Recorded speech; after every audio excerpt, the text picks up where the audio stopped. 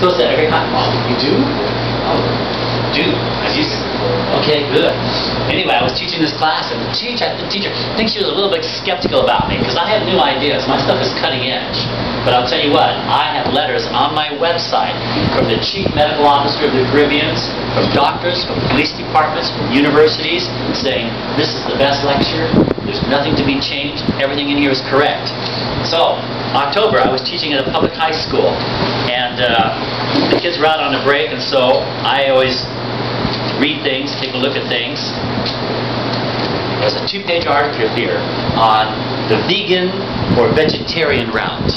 In other words, can you be healthy? Can you live good if you just eat plants, weeds and twigs? And so I looked at this article, and they give you 3 websites to go to prove that the more plants and natural food that you eat and the less dead animals that you eat, the healthier you're going to be. And I'm going to prove that to you, especially during this weekend, with videos that you're going to see. I'm going to show you the actual circulation inside your arteries when you eat a dead animal or when you eat plants. There's a completely different effect that happens inside your body. I'm going to show you your entire anatomy, from your teeth to your saliva to your digestive tract, that shows your body is designed for fiber, plant food. But when you put animal food inside, you know what happens to the arteries? What happens to those arteries when you start eating animal cholesterol? Anybody know? Huh? They get smaller and smaller and smaller until you have a heart attack, until you have a stroke.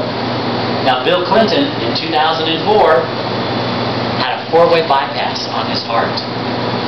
He came in, he says, I'm having some chest pains. Walter Reed took a look at him, ran some tests on him, and said, we have to cut you open tomorrow morning like a Thanksgiving turkey. And he says, no, tomorrow's Veterans Day. I have to give speeches. They said, no, you can die right now. He said, what? Yep, you got a 4-way occlusion in your heart.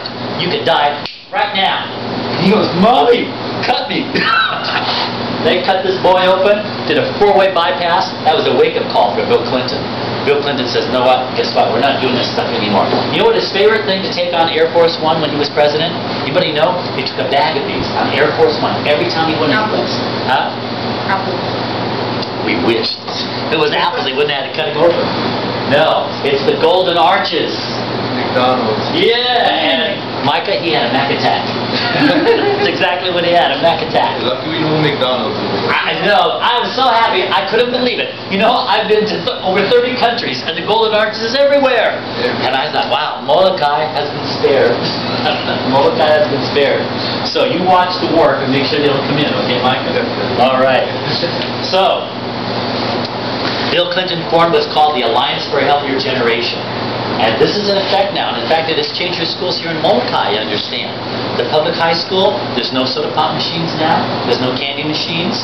Over 22 states have signed up for it. I'm on this board of the Alliance for a Healthier Generation. I've donated to it. When I met Bill Clinton last August in Reno, I shook his hand because I agree with what he's doing in this area. I don't agree with everything he's doing, including Monica. But there are things I do agree with. And when he does the right things, I'll support him. And he does the right things. Arnold Schwarzenegger is co-chair of this, and that's why California has cleaned up their schools. And I'm going to show you a video in just a few minutes.